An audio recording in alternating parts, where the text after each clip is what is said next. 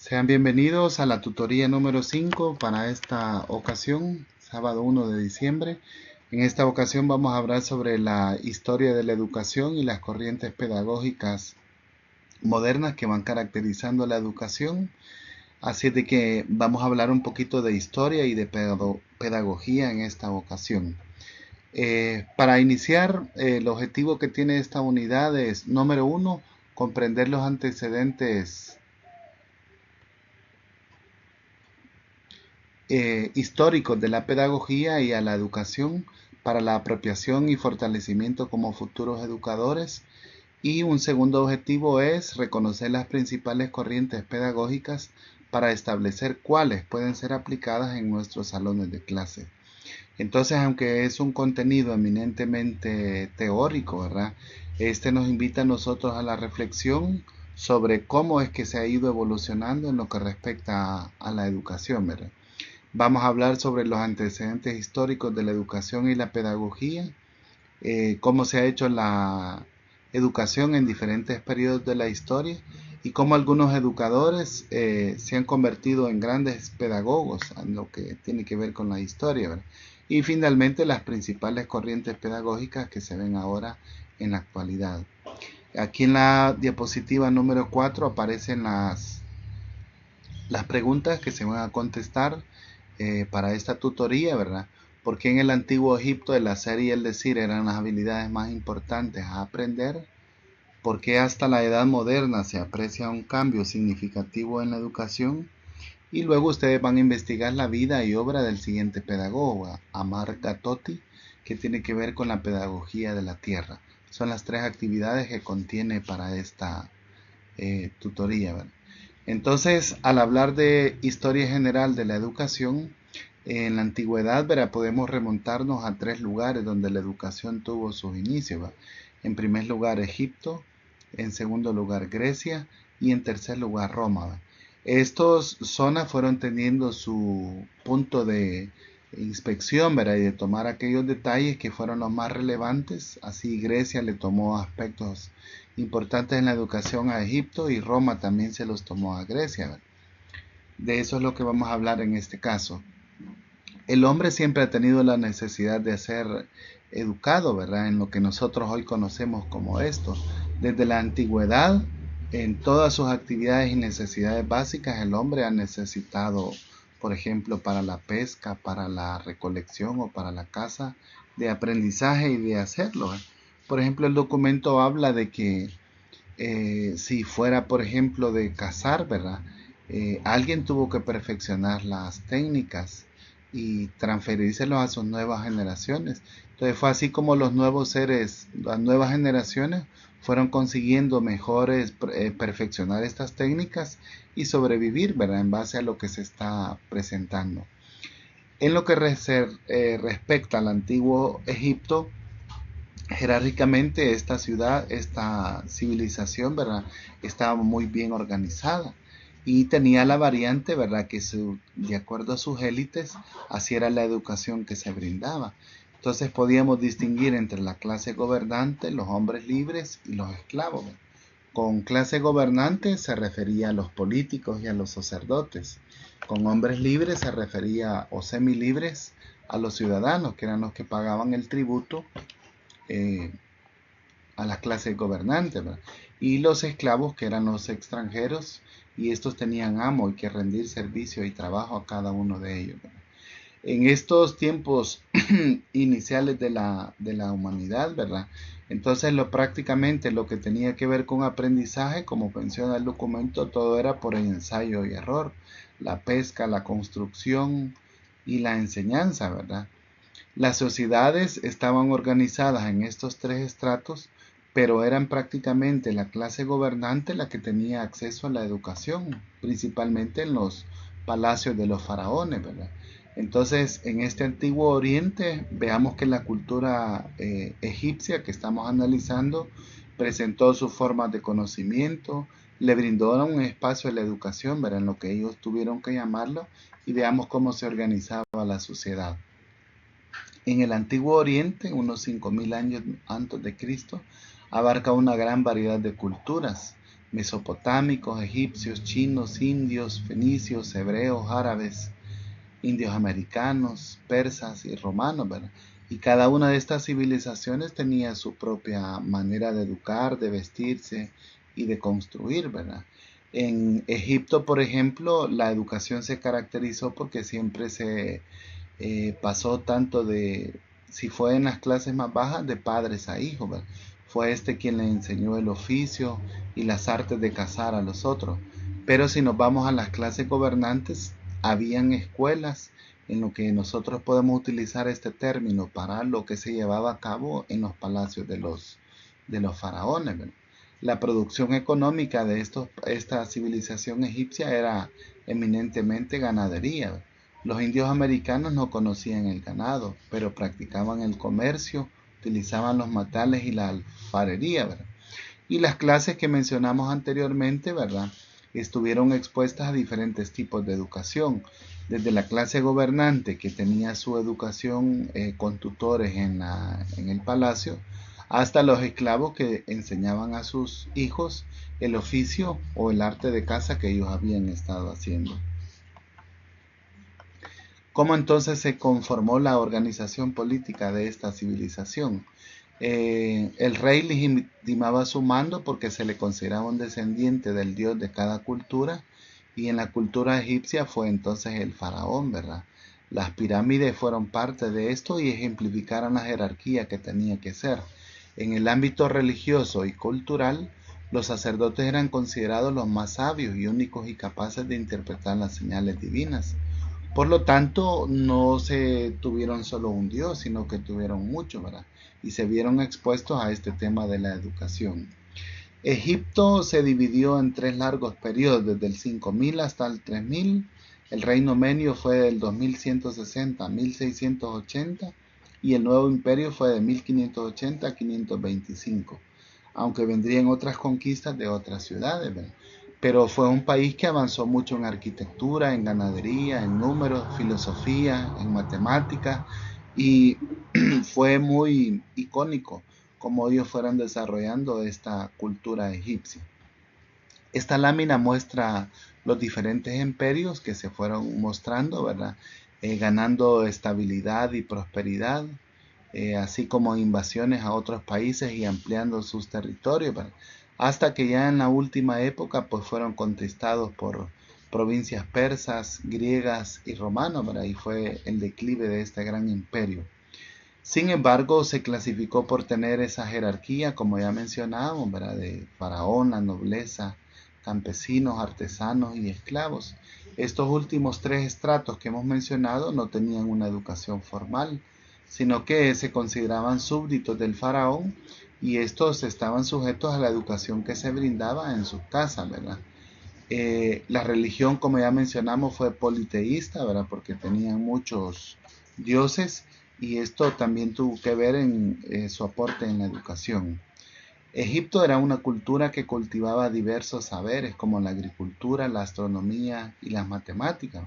Dice el documento que las pirámides que han hecho tienen sus posiciones con razones científicas para haberlas ubicado, ¿verdad? Entonces, las mediciones y los cimientos de algunas áreas de la matemática, por ejemplo, tuvieron su inicio en la cultura egipcia. Y en general desarrollaron notablemente una escritura jeroglífica, por ejemplo, como muestran sus eh, registros, ¿verdad? Que aún quedan de esta cultura, y nos hablan de cómo se educaba a la gente en aquellos años, ¿verdad? De cómo los padres transfundían su oficio a los hijos y funcionaba en los palacios sacerdotales del faraón, ¿verdad? Las formas de conocimiento de la educación egipcia que se encontraron fue la dedicada a los sacerdotes, ¿verdad? Esta era más profunda, tenía conocimientos astronómicos y matemáticos, y también un aprendizaje artesanal que era relegado a las clases sociales más bajas, ¿verdad? Como la agricultura o los artes militares. Esta civilización por el año 2600 a.C. Denota algunos documentos, ¿verdad?, que presentan convenciones sociales y modos de vida que todo político egipcio debía de ser. Esto nos sugiere, ¿verdad?, que había un manual para educar al político egipcio y también expresan, ¿verdad?, de cómo éstas se difundían de padre a hijo. Aunque no era una enseñanza limitada, como dice el documento, estrictamente al seno familiar, ¿verdad?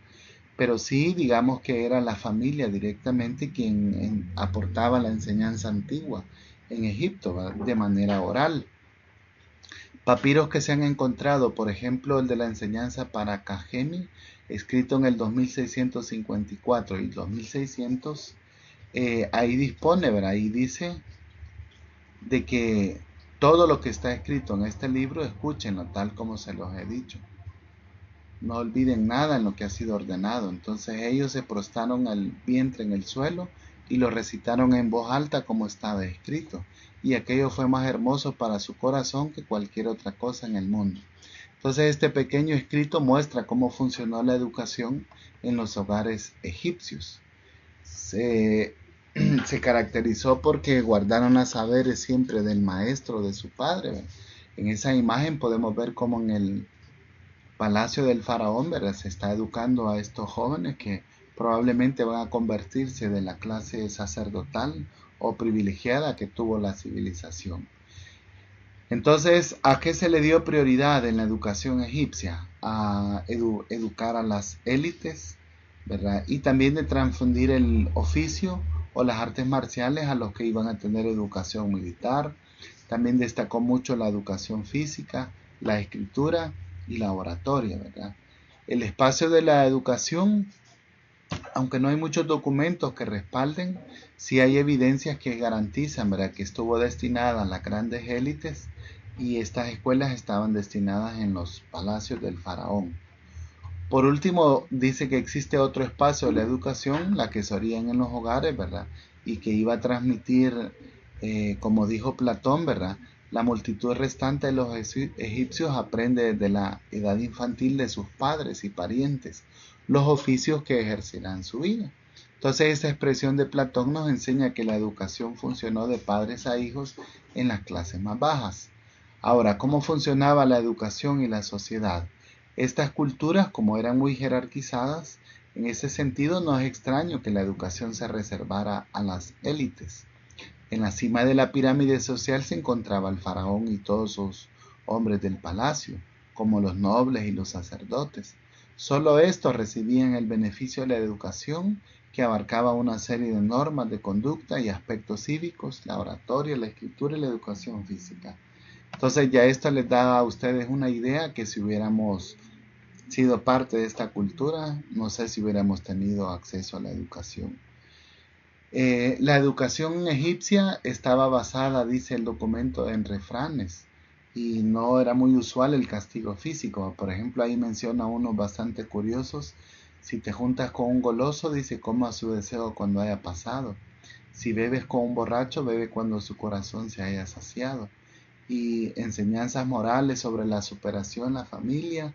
Se dedicó mucho a la oratoria, la cultura egipcia, ¿verdad? La educación física también siempre fue parte de la cultura. Y un detalle importante fue lo de transcribir, ¿verdad?, los libros sagrados, que se le llamó escribas. Estos se dedicaron a la cultura para poder preservarla, ¿verdad?, durante mucho tiempo. Las primeras escuelas, hay evidencia que se encontraron en el palacio, ¿verdad? Y esa es la conclusión que podemos dar. En los hogares se llevaba a cabo dentro de una dinámica familiar. Los infantes aprendían de sus padres, parientes o padres, enseñaban el oficio asignado y las responsabilidades hasta que estos llegaran a las edades adultas. Egipto se caracterizó, como ya mencionamos, por ser jerarquizada, educación para élites en áreas especializadas. Por ejemplo, la arquitectura de los egipcios es muy denotada y lo demás pues todo se hacía en el seno familiar. Esta época de educación duró mucho tiempo, como ya lo vimos, ¿verdad? Y fue un tiempo en el cual la educación no estuvo al acceso de todas las personas. Si nos pasamos a la siguiente cultura, la que tiene que ver con la cultura griega, ahí podemos destacar, ¿verdad?, cómo se fue desarrollando este panorama histórico de la cultura egipcia antigua, la educación arcaica, la educación clásica y la educación y sociedad que en ese entonces existió, ¿verdad? La sociedad griega estaba estrictamente jerarquizada, al igual que los egipcios, porque la educación continuó siendo para las grandes élites, ¿verdad? Y podemos destacar que se hablaba de un proceso evolutivo lineal, ¿verdad? Que ocurrió en la educación griega, porque se inició desde hitos culturales, banquetes, ritos y competiciones atléticas, hasta llegar a la máxima expresión de la intelectualidad griega, que fueron los focos intelectuales en las primeras escuelas. Muchos sabios que hoy en día se consideran tenían sus propias escuelas y sus propios alumnos en la cultura griega. Por ejemplo, se dedicaron a la pesca del atún y al cultivo del olivo y vid, ¿verdad? Estos primeros habitantes, ¿verdad?, se encargaron de que la educación también tuviera ese componente práctico de la vida cotidiana, ¿verdad? Durante esta época primitiva, por ejemplo, el escritor Homero, ¿verdad?, recogió algunos incidentes, ¿verdad?, y se encuentra una fuerte migración griega en la que se expandieron y colonizaron el Egeo, Asia Menor, el Negro, el norte de África, el sur de África, de Francia, perdón, España e Italia. Entonces esto también formó parte de la tradición griega. Para el año 1800 y 1100 se establecieron una serie de grupos que se consideraban a sí mismos griegos, aunque muy probablemente eran arqueos, daríos, macedonios, jonios y eolios. Estos se habían emigrado a distintas ciudades, pero se continuaron considerando griegos. Y cada ciudad griega tenía su propio estado, es decir, nunca existió una unidad política griega, pero sí se identificaban en la lengua y en la religión. Ese es un detalle para conocer la cultura griega. En algunos lugares fue muy notable la educación que se brindó. Por ejemplo, en Esparta, la educación fue de corte militar. Existen 2 reyes y un senado, y su organización era colectivista. También en Atenas fue otra ciudad donde se habló mucho de educación. Fue una ciudad de corte muy comercial y se caracterizó por transitar a varias formas de gobierno, pasando de la tiranía a la aristocracia y después a la democracia. Ahora, ¿cómo se caracterizó la educación clásica griega? En el documento que tenemos asignado, ustedes pueden notar de que se habla de esta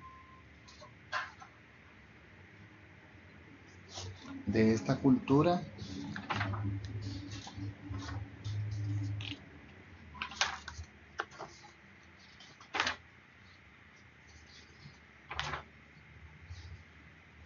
La educación clásica, ¿verdad? Esta está en la página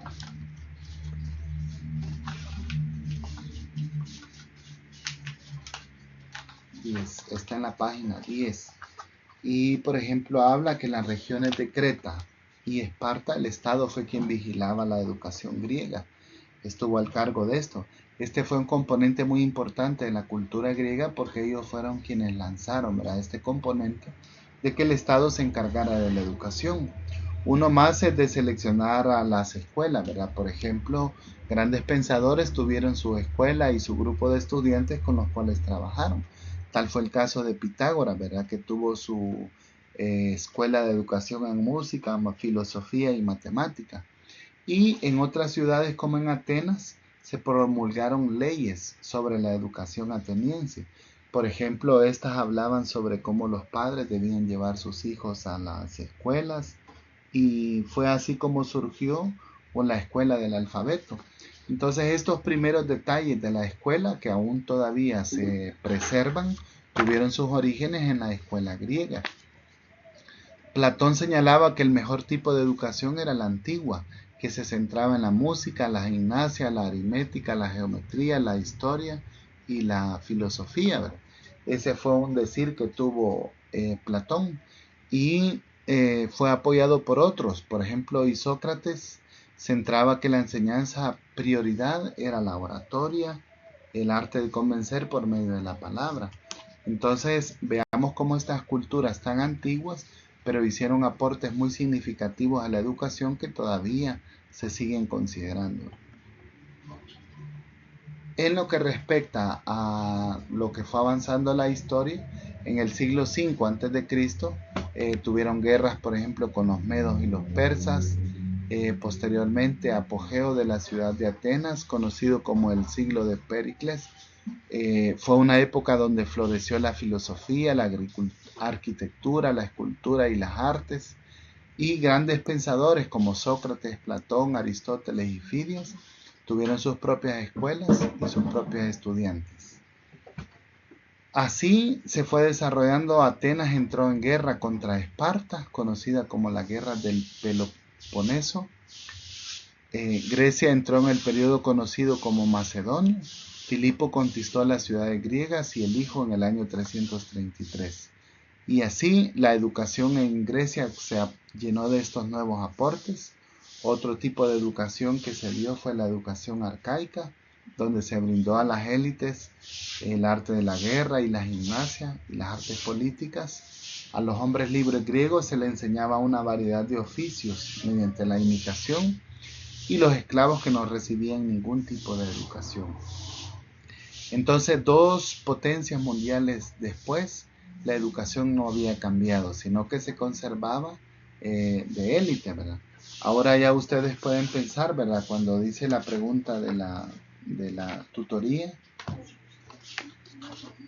que por qué en el antiguo Egipto el hacer y el decirse eran las habilidades más importantes para aprender, ¿verdad? Y podemos observar, ¿verdad?, cuál era uno de los fines que tenía la educación en este entonces. Muy bien, correcto, Teresa. Entre los griegos, el Estado es quien se responsabilizó de la educación. Como vimos, empezó en unos estados, ¿verdad?, y luego se extendió a todo el país. Escritores como Homero dicen de que hacían distinción entre el decir y el hacer, ¿verdad? Es decir, el decir correspondía al arte de la política, mientras que el hacer correspondía al arte militar, ¿verdad? Entonces se consideraba, ¿verdad?, de que todo ciudadano griego tenía que darle importancia al decir y al hacer, es decir, al arte de la política y al arte militar, a eso se refería. ¿Por qué razón? Porque fueron potencias mundiales que estuvieron en crecimiento, invadiendo terreno, ¿verdad? Y esas habilidades son las que servían en ese entonces. Hesiodo comenta de que hubo una muestra de la moral y sabiduría campesina y se empezó a hacer especial énfasis en el trabajo. De nuevo, en algunas ciudades se brindó educación del tipo clásico. Por ejemplo, en Creta y Esparta fue administrada la educación por un magistrado. Hubieron escuadrones de coros, como era el nombre que se le daba a las escuelas. En otros lugares donde llegó la influencia griega, por ejemplo en Asia Menor, los círculos de iniciación se llamaron tiasoi. Surgieron escuelas de los grandes filósofos como Pitágoras y otros acústicos y físicos y sebásticos que también formaron sus escuelas. Atenas fue una de las ciudades que promulgó las primeras leyes con respecto a educación. Ahí tuvo su origen, ¿verdad?, que ocurriera de esta manera. Hacia el siglo VI a.C. surgió en Grecia la escuela del alfabeto, que fue la primera escuela pública abierta a todos los ciudadanos, no solo para las élites de escritura y gramática. En cuanto a la relación entre el maestro y el docente, no se nota que hubo el mismo grado de disciplina que en Egipto, en la cual el maestro siempre tenía un mayor número de estudiantes. Entonces se continuó con esta práctica de que un mismo maestro para varios estudiantes. Los castigos corporales, al igual que en Egipto, eran el medio fundamental de la instrucción, reflejo de una sociedad altamente jerarquizada. Entonces los que no seguían las reglas pues eran duramente castigados.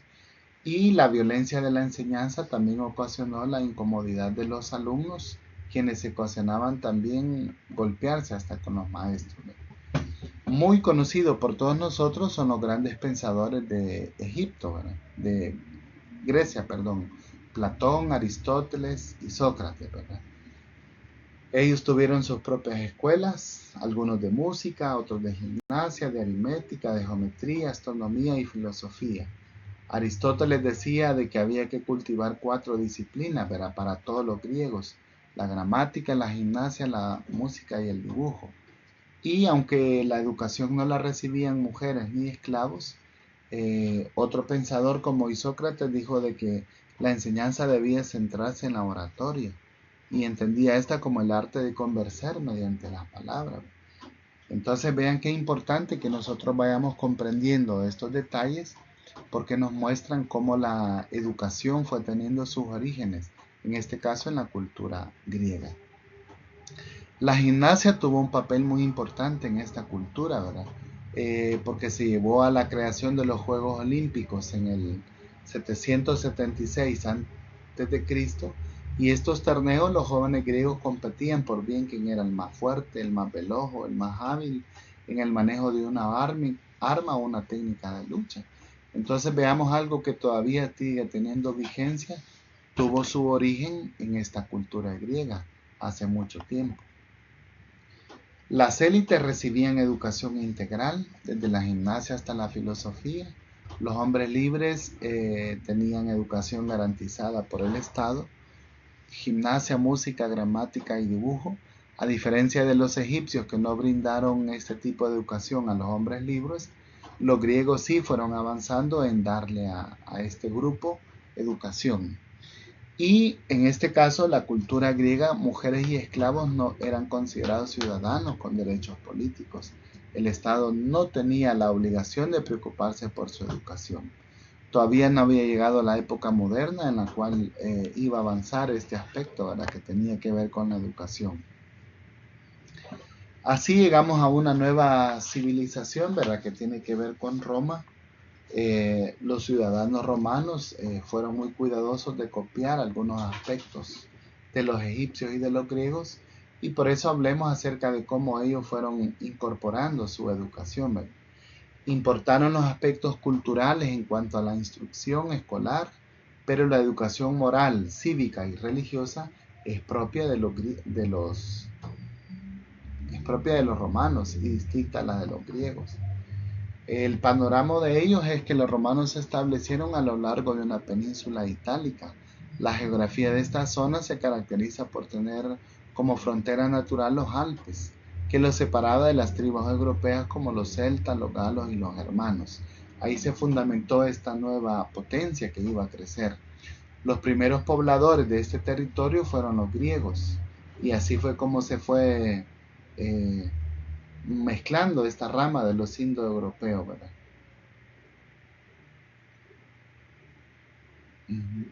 Comenta Teresa un detalle importante, ¿verdad? Que dice que hay una historia de un niño espartano que murió corroído por animal que escondía entre sus ropas y no lo soltó a pesar de ello, dando la muestra de la fortaleza que tenían y es lo que recibían ellos, ¿verdad?, la educación. Entonces, la fundación de Roma fue alrededor del año 9 antes de Cristo, tras una fusión entre los latinos y los sabinos, que una vez unidos fundaron la ciudad. De acuerdo con unas leyendas romanas, Rómulo fue el fundador legendario y el primer rey de Roma. Entonces ahí tenemos un detalle histórico que nosotros podemos recordar. ¿Cómo trató esta monarquía a la educación? Bueno, continuaron hubiendo rasgos culturales de los griegos. Solo los hombres libres podían decidir en la política y en la ciudad. Y desarrollaron el arte de la política desde sus orígenes. Tanto siguieron existiendo grupos sociales como los patricios y los plebeyos. Entonces, ¿qué aportes significativos hizo Roma a la educación, verdad? Los estratos sociales continuaron siguiendo, ¿verdad? La conquista de otras ciudades hizo que este imperio creciera mucho más y los sabios vivían en aquellas ciudades griegas que se trasladaban a Roma, ¿verdad?, considerada una parte de la cultura griega.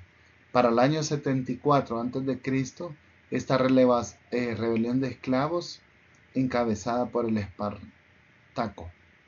La república se organizó en un triunvirato, César, Pompeyo o Craso, ¿verdad?, ya que cada ciudad tenía su propio gobernante. Esto nos muestra, ¿verdad?, de que más adelante la educación iba a tener también diferentes componentes en cada una de estas ciudades. El reparto que existió entre el emperador y el senado llevó a que el emperador es el jefe absoluto, ¿verdad? Esto hizo de que la ciudad de Roma fuera decayendo y pasando el gobierno central a Constantinopla, en la actual Estambul. El cristianismo fue un detalle que se extendió por todo el imperio, ¿verdad? Tal como había llegado ya a hacerlo. El documento usa una palabra muy importante que se llama aculturación griega y se piensa en cómo las diferentes culturas griegas fueron teniendo su impacto muy profundo en la siguiente, en este caso la de Roma, y también la familia, ¿verdad? Fue transmitiendo sus costumbres sociales a los hijos que tenían, ¿verdad? Para que fueran tramitando la manera de cómo iban a vivir. Esta cultura romana se caracterizó por castigos corporales. La aculturación inició alrededor del año 3 y no fue un proceso casi inmediato. ¿Va? De hecho, existen testimonios que hablan sobre la resistencia a la enseñanza de las disciplinas como la gramática, más que todo en los primeros siglos de la historia de la humanidad. No obstante, dice de que la escuela romana al estilo griego triunfó en todo el imperio gracias a que se institucionalizó. Esto significa de que pasó a ser parte del Estado, ¿verdad? Y que era obligatorio a todos los romanos asistir a la escuela. Con el tiempo, las generaciones futuras nacieron, asumieron la aculturación griega como algo propio, algo romano, aunque había sido tomado, como nosotros ya sabemos, de la otra cultura. ¿Qué áreas del conocimiento se interesó en profundizar la cultura romana? Bueno, alfabeto, que tiene que ver con leer y escribir, la gramática, la lectura de los clásicos, las músicas, las matemáticas, la astronomía, la retórica, la poesía, la filosofía y la educación física. Estas fueron las áreas bajo las cuales se pretendió que hubiese más crecimiento en la escuela romana. Y también se conocieron como escuelas de gramática, estas escuelas romanas, porque los alumnos ahí aprendían este tipo de conocimiento. Aunque no hay un conjunto de conocimientos que nos garantice que aprendían en las escuelas romanas, sino que se partía de la lectura e interpretación de un texto. En este sentido, el método de aprendizaje debió ser el mismo para todas las áreas de conocimiento, que era de compartir en voz alta la clase y los alumnos escuchaban de estas escuelas romanas. ¿En qué se interesó por aprender la escuela romana? Bueno, ya mencionamos en alfabeto, gramática, música, ¿verdad? Especialmente la comprensión de la geometría y de la astronomía, en retórica, poesía y filosofía y la educación básica. ¿Cómo funcionó la sociedad romana? El Estado no solo estaba obligado a garantizar el acompañamiento de espacios para la instrucción, sino también del pago de un salario para los profesores. Y fue en esta cultura donde los profesores empezaron a ser remunerados económicamente, ¿verdad? Por su trabajo. Los primeros reconocimientos públicos a los maestros de las escuelas después de las resistencias patrióticas a la aculturación griega datan de la época de Julio César, quien concedió la ciudadanía romana a todos los que ofrecieron el oficio de maestro. Entonces veamos cómo la cultura romana fue haciendo esos aportes a, pudiéramos decir, a detalles que todavía se siguen continuando haciendo. Por ejemplo, hoy en día se conserva, ¿verdad?, que el gremio de maestros tienen su salario, ¿verdad? Quizás no que sean ciudadanos, pero sí se copió ese detalle. Por otro lado, en la educación romana se tiene documentada una de las primeras críticas a la educación. Existen testimonios en que se acusa a la escuela de ser aburrida, cruel en castigos corporales y con contenidos alejados de la vida cotidiana. Entonces ya se hacían muchas críticas muy importantes a la escuela romana para que pudiera funcionar. Finalmente dice el documento que hacia el siglo III después de Cristo el imperio romano entró en crisis. La extensión del imperio y la burocracia hizo que la ciudad terminara, ¿verdad?, con mucha pobreza, pero hubieron muchos aspectos de este pueblo que continuaron y se retomaron en las siguientes generaciones. Por ejemplo, al llegar a la Edad Media, aquí hablamos de otro periodo largo, ¿verdad?, de la historia humana. Esta comprende desde el siglo V al siglo XI, desde las invasiones germanas hasta el inicio de las cruzadas. Con esto recordamos que Roma cayó en manos de tribus germánicas. Estas tribus no se detuvieron con el asedio de Roma, sino que contaron invadiendo y saqueando todos los poblados y esclavos romanos y de otras culturas de Europa. Entonces ya la cultura romana se ve viendo influenciada por estos grupos, ¿verdad?, que avanzaban hacia los pueblos y las ciudades. En un principio le llamaron invasiones bárbaras, pero posteriormente estos asumieron la religión cristiana y procuraron continuar en la medida del posible legado, ¿verdad?, que es lo que nosotros observamos. De todas las regiones europeas fue el actual territorio de Francia donde surgió el primero gran reino medieval. Y sobre todo la iglesia, su cabeza, es decir, el papa, eran muy importantes para legitimar a cualquier rey germano. Entonces, otro detalle, ¿verdad?, que se va logrando. ¿Qué pasó a lo largo del tiempo? Bueno, por ejemplo, en el siglo IX, Carlomagno inició una serie de exitosas campañas de conquista y alfabetización. Para el siglo IX o X, los vikingos provenientes de Escandinavia atacaron y establecieron en el norte de Francia. Esto hizo, ¿verdad?, de que todos los extranjeros que venían se fueran incorporando a las diferentes estructuras que ya tenía Francia, ¿verdad?, y buscaron la protección de los señores feudales, entre ellos las oleadas vikingas, ¿verdad?, para que lo pudieran hacer. Posteriormente, en los siglos XI al XIII, hubieron nuevos clímax, dice aquí, ¿verdad?, escenarios para la Edad Media, nuevos papados, nuevos reinos, servidumbre, feudalismo y torneos, ¿verdad? En esta época surgieron los principales estilos arquitectónicos que caracterizaron a la Edad Media, el estilo armónico y gótico, y surgieron las primeras universidades del mundo en prácticamente cada reino medieval. Eso fue lo que ocurrió, ¿verdad?, en este caso. Hubieron muchas figuras, ¿verdad?, que fueron muy históricas en esta época medieval. Traía Dante Alighieri, Roger Bacon y Santo Tomás de Aquino. Santo Tomás de Aquino decía de que era el máximo exponente de la escolástica, ¿verdad?, que es la rama de la filosofía que busca por medio de raciocinio conciliar el conocimiento de los clásicos en la Biblia. Bacon se caracterizó por exigir experimentación y ofrecer observación para llegar a la verdad. Entonces él fue muy experimental, muy científico moderno, ¿verdad?, lo que tiene que ver con las ciencias. Y Alighieri contribuyó con sus escritos, ¿verdad?, por ejemplo, la Divina Comedia y otros temas más, ¿verdad?, donde hizo aportes significativos a esta cultura.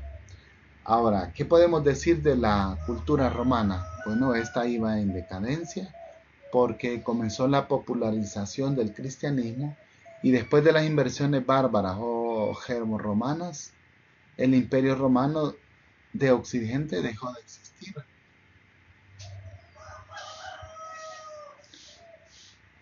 Y la formación de una escuela cristiana, ¿verdad? Así fue como de manera gradual y significativa se fue creando la escuela clásica que nosotros hoy en día conocemos. En un principio, los hermanos quienes ya eran cristianos intentaron romanizarse en el ámbito educativo, pero existían otros sectores, ¿verdad?, que evitaban de que, por ejemplo, hijos de estos asistieran a escuelas romanas, porque éstas no aprendían virtudes militares. Fue un decir que hubo para esa época. Los principales exponentes para esta época grecolatina se aprecia a todos los niveles educativos, entre los hombres niveles de la iglesia, quienes estaban al estudio de los cultos, de lo que se puede hacer, ¿verdad?, como vemos en esa imagen, y algo impensable es que unos siglos atrás, en el que todo ciudadano romano tenía promedio o conocía a Homero, Vigilio, Ovidio o Virgilio, ¿verdad?, cada uno de ellos. La desatención de la cultura grecolatina no fue general. Incluso en lo que quedaba del Imperio Romano en Oriente, en el Imperio Bizantino, Había una sede, ¿verdad? Donde, por ejemplo, habían infiltrado grandes figuras del pensamiento como Juliano el Apóstata. Entonces, aunque estaban perseguidos, pero la gente los apoyaba para que pudiera permanecer con vida. Finalmente, la educación y la cultura clásica, ya en decadencia desde el siglo III, era para el siglo IV, había llegado a su fin y había que buscar un nuevo imperio, ¿verdad? Bajo el cual se iba a formar. Por eso se llegó a formar lo que se conoció como la escuela cristiana. La lectura es una habilidad fundamental, ¿verdad? Para esta escuela. Evangelizar, cristianizar y educar a los hombres y las mujeres, no solamente de élite, sino que también de otros estratos. También esta escuela cristiana se interesó por garantizar que cualquier ser humano, de importar de dónde viniera, pudiera asistir a la escuela. Y los métodos de enseñanza es la influencia de costumbres, hebreos, memorización rígida y repetición oral. Esta nueva escuela cristiana ya le fue poniendo aportes más conocidos a lo que nosotros tenemos hoy como la escuela. Pero sin embargo pueden notar ustedes que continúa siendo muy conductista y bueno, contiene aportes que todavía se practican en la escuela actual. ¿Cómo eran estas escuelas cristianas medievales? Bueno, residían en los monasterios, la educación de la moral era estricta y en cuanto a las sanciones y castigos y disciplina de la violencia es lo que más se utilizaba, ¿verdad?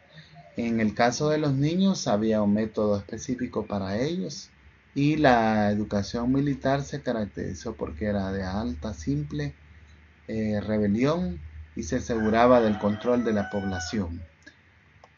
Vemos cómo desde la cultura egipcia, la griega y la romana fue progresando, ¿verdad? Hasta llegar a la cultura romana y la escuela cristiana que acabamos de analizar, en los cuales pues había ya mayor participación del pueblo. Veamos qué pasó durante la Edad Baja Media. Bueno, la Edad Baja Media comprende los siglos XI al XIV. Este es un periodo de decadencia, pues el feudalismo entra en decadencia con el surgimiento del comercio en las otras ciudades. En algunas ocasiones se le ha llamado una época oscura de la humanidad, ¿verdad? Por todo lo que ocurrió. Ocurrieron las cruzadas durante esta época y curiosamente, ¿verdad? Se le permitió a los medievales entrar al contacto con el Oriente y con el mundo. En términos económicos conocieron las especies, se dedicaron a importarlas de otros lugares y también por crecer, ¿verdad? El sistema que había fracasado. En consecuencia, los siglos XIII y XIV fueron de decadencia del sistema medieval. La gente comenzó a comprar más cosas con productos de Oriente y surgió una nueva clase social, los comerciantes o los burgueses. El desarrollo del comercio y con este el de las ciudades incrementó el poder del burgués en el detrimento del señor feudal, con la nueva aparición de esta nueva clase, ¿verdad? Entonces, ¿cómo funcionó la educación? Haciendo un resumen, ¿verdad? Para los siglos X y XI hubo hostigamiento por parte de las invasiones y los monasterios se convirtieron en una excelente formación, ¿verdad? Para la protección. También se estableció ya para el siglo XII la normalidad social. Surgieron una serie de cambios en la educación. Por ejemplo, se empezó a dar más maestros de educación libre, la creación de universidades y escolares y una educación caballeresca. Cuando hablamos de educación caballeresca nos referimos a aquella educación que los preparaba para que pudieran ser buenos jinetes. Incrementando las actividades comerciales con el Oriente Medio, después de estas cruzadas, con las ganancias obtenidas pronto, estas ciudades se convirtieron en áreas políticas y económicamente poderosas, ¿verdad?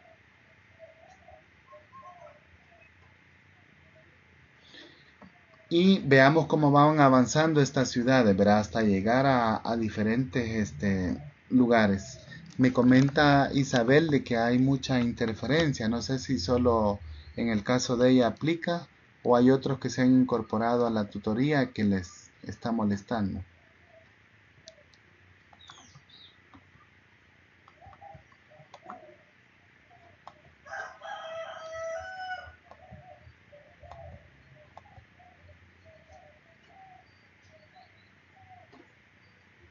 Bueno, algunos sí, a otros no, ¿verdad? ¿Qué podemos destacar de estas épocas? Pasemos un poquito a la historia y veamos cómo durante el humanismo y el renacimiento también hubieron aportes significativos a la educación, ¿verdad? Que todavía se conservan en la actualidad. Por ejemplo, en el siglo XIV y XV el sistema feudal entró en decadencia. Recuérdense que fue la nueva clase que surgió en la época anterior. El empleo del dinero sustituyó la forma de pago en trueque o por medio de especie, ¿no? Entonces, además, un cambio sustancial fue que el rey y el papa, los comerciantes o la burguesía se convirtió en el otro fundamental poder, ¿verdad? ¿Qué caracterizó a estas épocas? Bueno, el humanismo del siglo XV prácticamente se le conoció porque el hombre vuelve a centrar su reflexión en el pensamiento del hombre occidental, ¿verdad?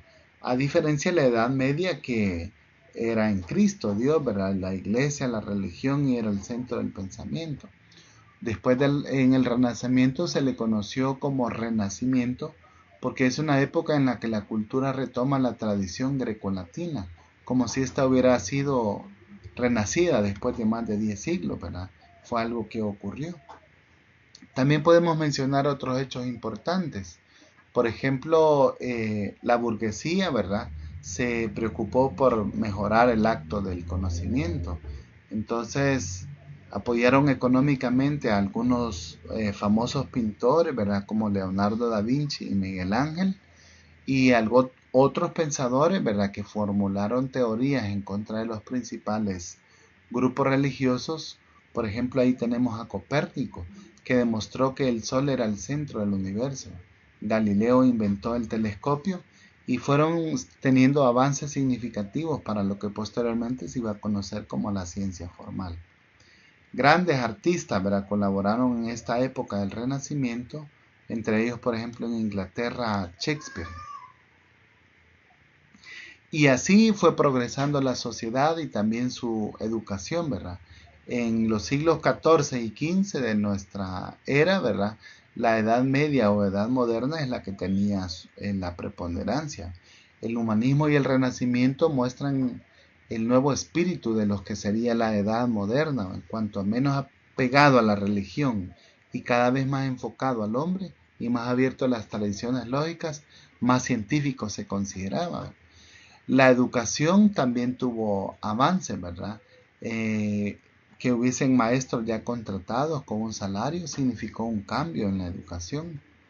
Eh, en cuanto a los métodos de instrucción, se continuó con un método de maestro y aprendiz, ¿verdad? Que todavía lo continuamos nosotros utilizando. Y por último, la educación necesariamente se convierte en laica, pues al desaparecer la iglesia como mediadora en estos contratos particulares, ya se fue quedando ese componente religioso, ¿verdad?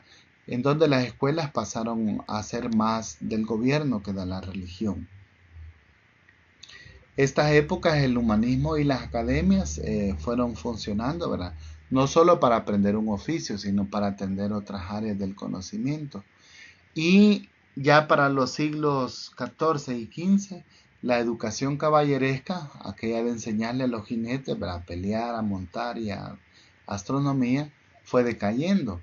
Para el año 1559, cuando el rey Enrique II murió en un torneo caballeresco, se marca simbólicamente el fin de esta época.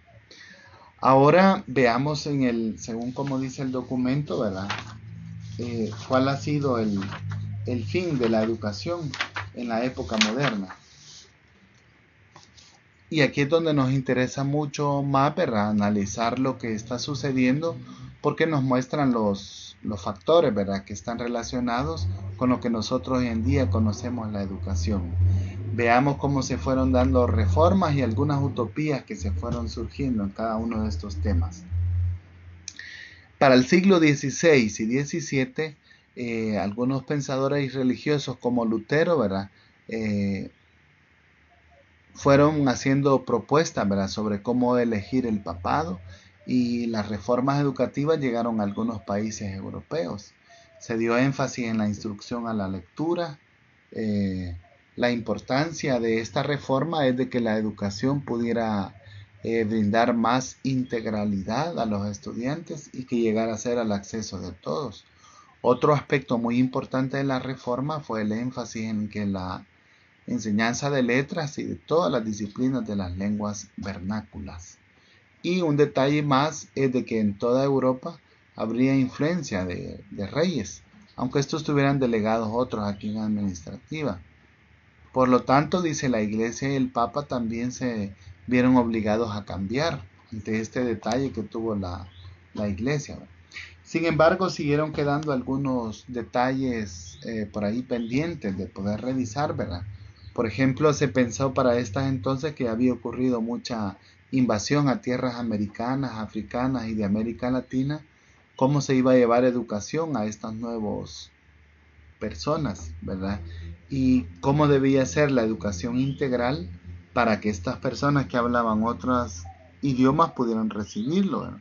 Otros opinaban de aprender ciencias en su lenguaje natal, ¿verdad?, en el caso de esto. Fueron surgiendo así pedagogos importantes que nos hicieron aportes muy significativos. Por ejemplo, francés o François, ¿verdad?, como se diría, Rabelais. La educación ideal, él comentaba que debía tener un componente muy integral y aparte de eso muy fuerte en lenguas, ¿verdad?, como griegas, hebreas y latinas, y cargadas de geometría, aritmética, música, astronomía, derecho civil y filosofía. Entonces, fueron estos autores los que fueron agregándole a la carga académica que debían de aprender los alumnos en aquellos entonces. Inglés Thomas Moro, de él comentaba de que una educación ideal, los niños aprendieran ciencias en su lengua natal y además de aprender el conocimiento de las áreas tradicionales, se combinara la instrucción formal, ¿verdad?, con el trabajo agrícola y artesanal para que se pueda convertir en una manera más fácil de asimilar la educación como si fuera un juego. Y un detalle o aportes que hicieron otros pedagogos es el del pensador checo Jan Amos Komensky. Por primera vez él formuló una verdadera revolución pedagógica y puso como centro de su reflexión la necesidad de una transformación educativa. Él propuso de que se buscaran nuevas reformas pedagógicas para que pudiera haber un significado o un aprendizaje significativo. Entonces veamos que estos tres autores hicieron aportes muy fuertes a la educación ya para el año de 1670. El filósofo inglés John Locke propuso que la finalidad de la educación debería ser la creación de ciudadanos con una conciencia cívica y pacífica. Un gentleman, como él le llamaba, ¿verdad?, que era un caballero, una persona noble. El juego, la práctica, la persuasión razonable, los métodos no autoritarios y el autogobierno son los instrumentos de esta pedagogía que estaba proponiendo John Locke. Y así se fue, la meta era la libertad de pensamiento, ¿verdad?, que él quería. Llegando casi a finales de este siglo, ¿verdad?, en el siglo XVIII, también se dieron importantes aportes con lo que tiene que ver con la educación, ¿verdad? Por ejemplo, para el siglo XVIII, el absolutismo y el Estado se habían consolidado, de modo que para los siglos XVII y XVIII el rey se convirtió en el mandatario absoluto de su reino, ¿verdad? Fue un cambio que se dio. También la Ilustración fue un movimiento cultural propio del siglo XVIII, en la que grandes autores como Rousseau, Diderot, Montesquieu, Voltaire, entre otros, hicieron hincapié en el uso de la razón para llegar al conocimiento verdadero en oposición a la fe y la superstición religiosa. Entonces veamos cómo fueron aportes, ¿verdad?, que fueron dando su realce a la educación que hoy en día nosotros conocemos. El final de esto es que, por ejemplo, como comenta aquí la lámina, hasta se utilizaba la Biblia ilustrada para que pudiera ser parte de la educación que se brindaba, ¿verdad? Otros pedagogos fueron surgiendo a hacer todos sus aportes muy significativos a la escuela europea, ¿verdad? Por ejemplo, Jean-Jacques Rousseau. Él comentaba, ¿verdad?, de que debía de haber una educación que centrara las características del estudiante en vez de la transmisión directa y unívoca del saber, ¿verdad? Vemos que han pasado casi 2, 3 siglos, ¿verdad? Y sigue siendo un pensamiento vigente, ¿verdad? En el cual no solamente sea la transmisión de los conocimientos, sino que hay que enseñarles, ¿verdad? Que ellos se sometan a algún tipo de aprendizaje. Este mismo Jean-Jacques Rousseau condenó la orientación de los métodos de enseñanza infantil, pues decía de que estaban cargadas de muchos contenidos y de mucha lengua, ¿verdad? Cuando en realidad los niños no tenían esa capacidad de saber todo eso. Mostró juegos educativos y el trabajo manual y físico para que adolescentes y personas que estaban, ¿verdad?, en las cárceles pudieran tener una actitud menos complicada, ¿verdad?, con respecto a su educación. Llegando entonces a este momento, la escuela había estado preparándose para que el estudiante recibiera capacidades y habilidades. Rousseau sistematizó la enseñanza en este acuerdo para que se basara en áreas de conocimiento, ¿verdad?, como la gramática, la filosofía, la tradición, etc. Y así los jóvenes fueran aprendiendo de cada una de estas áreas. Por otro lado, otros autores como Andrew Bell y Joseph Lancaster promovieron lo que se conocía como la enseñanza mutua. Y de aquí salió ese método lancasteriano que se conoce, ¿verdad?, que es bastante tradicional. En esta escuela mutua se aprecia un esfuerzo por precisar los métodos de enseñanza y cómo hacerlos más efectivos. Además, se utiliza el principio de la emulación como la herramienta principal y se elimina el castigo físico como medio disciplinario. Quizás algunos hayan escuchado parte de esto, ¿verdad?, de cómo el castigo físico poco a poco fue desapareciendo en las escuelas.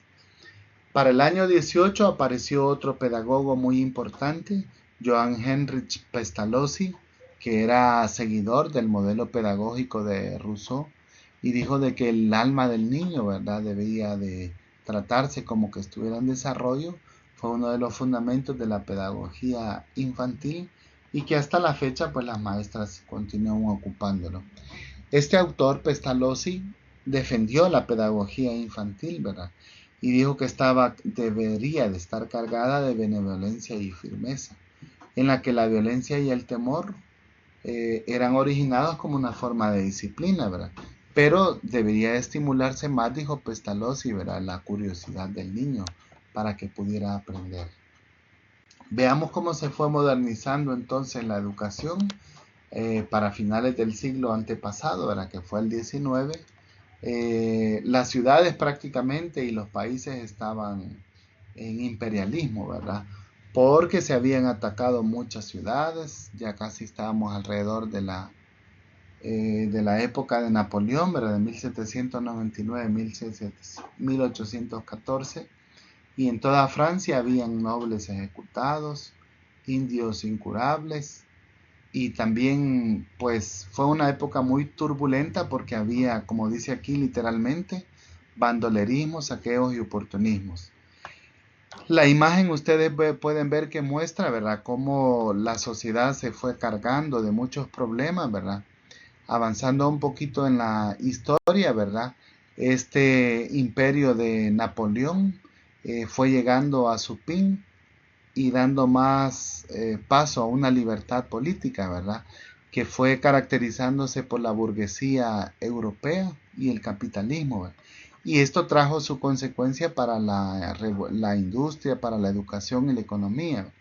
Durante la revolución industrial se mejoró la tecnología militar, que era uno de los objetivos que se tenía, ¿verdad?, para hacerle frente a la sociedad europea. En lo que respecta a la educación, que es lo que queremos llegar, ¿verdad?, no solo ocasionó una transformación ecológica, tecnológica y económica, sino también en el ámbito de la educación, ¿verdad? porque dice de que estas fábricas fueron exigiendo, ¿verdad?, que la población campesina no urbana también tuviera acceso a la educación, ¿verdad?, y fuera aprendiendo a tener otro tipo de habilidades.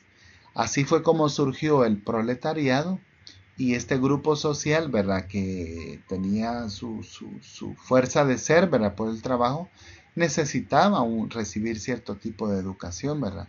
Así fue como la escuela laica se fue haciendo cargo de ir formando a estos nuevos que iban a llegar a ser el proletariado de la sociedad europea, y se fue inventando, ¿verdad?, de que también los niños pequeños necesitaban recibir educación, ¿verdad? Para finales del siglo XIX se fue juramentando el jardín de niños hasta la universidad, ¿verdad? Es decir, se fue estableciendo los niveles de educación ya de una manera más formal. A esto se le conoció como Kindergarten, ¿verdad?, por su nombre en alemán. En un principio el inglés Robert Owen fundó la escuela infantil en 1816 y pues ahora podemos ver que es un aporte que ha continuado hasta nuestras esferas, ¿verdad? También los aportes de los pedagogos como Rousseau continuaron siendo muy fuertes en las escuelas, ¿verdad? Sistematizándose, por ejemplo, la educación. Este alemán que se pueden observar ustedes en la imagen, Friedrich Frobel, sistematizó, ¿verdad?, la educación infantil y se fue dando paso un poco más a la educación formal, ¿verdad? Ya avanzando un poquito más casi al siglo XIX, ¿verdad?, las escuelas primarias y secundarias también ya fueron incrementando más en la aplicación de las ciencias, como por ejemplo la matemática, en vista de la revolución industrial que se estaba viniendo para ese entonces, ¿verdad? Se necesitaba que la sociedad en conjunto se fuera modernizando y que tanto los infantes como los adultos se vieran obligados a ir aprendiendo este avance tecnológico al que estaba sujeto toda la sociedad europea. Otros pensadores y filósofos fueron haciendo sus aportes a la educación, como Marx, y esta educación marxista se pensó que dispondría educación establecida, ¿verdad? Sin embargo, este movimiento marxista hace sus propias todas las conquistas e ideales educativos de la burguesía, como la universalidad, el laicismo, el estatismo y la gratuidad, solo que para los marxistas el régimen burgués ha sido incapaz de llevarlos a cabo por naturaleza elitista del sistema económico y social del capitalista. Esto quiere decir, ¿verdad?, de que bajo esta corriente que se está mencionando aquí, se pretendía llevar educación a todos los niveles, ¿verdad?, incluyendo el proletariado, pero sin que se convirtiera en algo muy similar al capitalismo. Veamos una frase muy célebre de Marx que menciona esta lámina. Educación pública y gratuita de todos los niños. Abolición del trabajo fabril de los niños en su forma actual. Unificación de la educación con la producción material. Creo que, como ustedes pueden observar, es una frase que resume mucho lo de esta época de finales del siglo XVIII, ¿verdad?, y cómo el componente del marxismo ya estaba llegando a la escuela un poco más a lo que nosotros ahora vamos necesitando, ¿verdad? En general, en la segunda mitad del siglo XIX se dio un cambio también muy relevante, ¿verdad?, porque por primera vez en la historia de la educación se dio cabida a grupos marginales como había sido el proletariado y la mujer.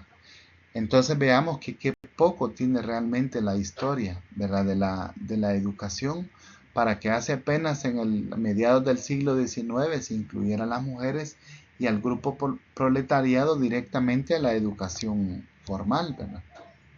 Este histórico papel de la mujer en la educación quedó registrado por muchos autores, ¿verdad? Por ejemplo, este autor ruso novelesco, ¿verdad?, Chernyshevsky, él comenta lo siguiente: creo que para la emancipación de la mujer el progreso vendrá de donde menos se espera, o sea, las mujeres del pueblo, llevadas por la necesidad de vencer en la lucha de la existencia.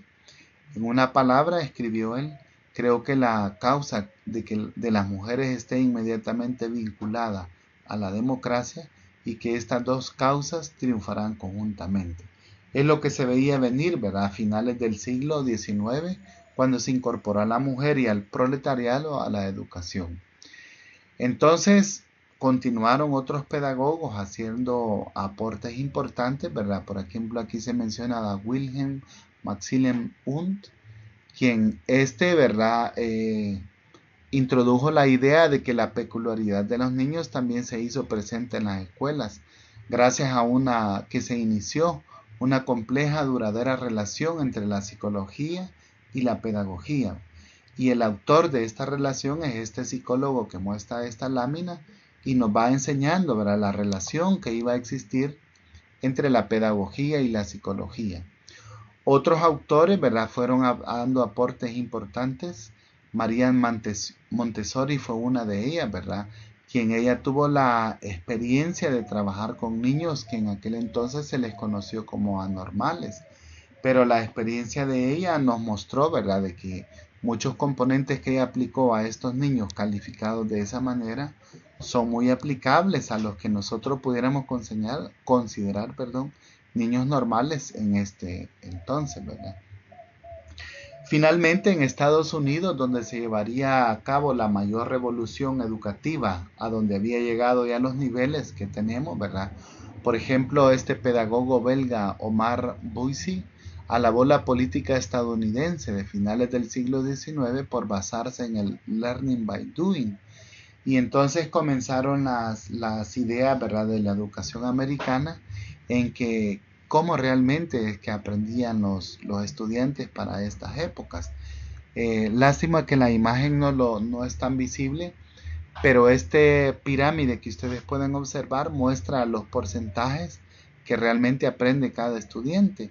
Y el mayor porcentaje de aprendizaje efectivo se da cuando el estudiante hace de esta manera, ¿verdad? Es decir, haciendo, aprendiendo, ¿verdad? Que es lo que se traduciría el learning by doing. Y entonces hoy en día está basado en una serie de corrientes pedagógicas, ¿verdad?, que muestran siempre esta idea, ¿verdad?, de que los estudiantes fueron aprendiendo. Como puede verse, el siglo XIX fue el fundador de todas las bases de la pedagogía moderna. Así como el siglo XIX tuvo condiciones especiales para que se fuera fundamentando esta nueva pedagogía que incluyó a hombres, mujeres y proletariado, también se fue fundamentando la pedagogía moderna, que como muestra esta lámina, centrada en preguntas, crítica y analítica, insiste en la reflexión, prioriza los procesos, impulsa la autogestión, maneja información y trabaja en equipo, ¿verdad? Así llegamos al siglo XX, ¿verdad?, donde ya hubieron nuevas tendencias pedagógicas, ¿verdad? Por ejemplo, para las finales de la Primera Guerra Mundial, ¿verdad? Fue una época tan espeluznante para la humanidad, en el cual entonces muchos líderes religiosos vieron la necesidad de superar esta crisis de guerra y económica, ¿verdad?, y hacer una propuesta para el tercer mundo, ¿verdad?, y para los países del primer mundo que en aquel entonces se fue desarrollando. Ya para la época de la Primera Guerra Mundial, ¿verdad?, se fue llamando lo que se llegó a conocer como la nueva escuela, ¿verdad?, donde era un laboratorio de pedagogía activa, un internado situado en un campo, ¿verdad?, en donde los niños tenían ese espacio intelectual para poder aprender no solamente de conocimientos, sino otros saberes de la vida cotidiana. Y esto fue fundamentando algo más, ¿verdad?, de la escuela tradicional que nosotros hoy en día hemos llegado a conocer. La escuela moderna, ¿verdad?, como se llegó a conocer, no solo pretendía vaciar los conocimientos en las mentes de los estudiantes, sino que mantenía en la mayoría de las escuelas ese componente memorístico y tradicional que lo fue caracterizando, ¿verdad? Por eso es que surgieron otros autores que fueron tratando de irle bajando ritmo a esta tendencia que había, ¿verdad? Por ejemplo, aquí se menciona John Dewey, que fue el máximo expositor teórico de la escuela activa, ¿verdad?, del learning by doing que mencionamos. Él mencionó, ¿verdad?, de que la escuela debía llevar este nivel de no solo depositar conocimientos en los estudiantes, sino que también de poderle enseñar otras prácticas. Frases célebres de este psicólogo americano muy famoso, ¿verdad? Si enseñamos a los estudiantes de hoy como enseñamos ayer, los estamos robando el mañana. Entonces él fue uno de los máximos pedagogos que insistieron en que tenía que haber un cambio en la educación americana y de todo el mundo, ¿verdad? Y fue como hizo estos importantes aportes a la educación. También él comentaba que la enseñanza debe ser por la acción. La educación es la vida, la escuela es la sociedad. Entonces, detrás de estas frases ustedes pueden observar que hay mucho componente de decir, ¿verdad? De que se haga aprendiendo, ¿verdad? Y así vemos nosotros de que el cimiento de la educación, ¿verdad? Que lo hemos tratado de hacer en esta ocasión, ya contribuyó con otros autores, por ejemplo, Jean Piaget, Lev Vygotsky, que ya los hemos conocido en otras oportunidades, ¿verdad? Y esto nos lleva a pensar en diferentes corrientes pedagógicas que han habido en la actualidad, ¿verdad? Y hasta llegar a lo que nosotros hoy en día conocemos, ¿verdad? En diferentes corrientes para la enseñanza de la matemática. Actualmente el panorama de la educación es incierto porque por un lado persisten muchas resistencias de una educación tradicional y se pretende llevar, ¿verdad? Que haya una educación un poco más reflexiva y para la vida, pero hay mucha variedad de corrientes que pueden haber. Hemos hecho un análisis bastante breve, ¿verdad?, de lo que tiene que ver con la historia de la educación, pero nos muestra cómo desde la cultura egipcia, pasando por la griega, la romana, la medieval, la de la edad moderna, ¿verdad?, se fueron dando estas drásticas correcciones que hubieron en educación. La evolución ha sido impresionante, pero como docentes no nos hace más que reflexionar, ¿verdad?, en qué nosotros tenemos que hacer para que la educación continúe evolucionándose para el beneficio de los estudiantes. Aquí vamos a cerrar esta tutoría.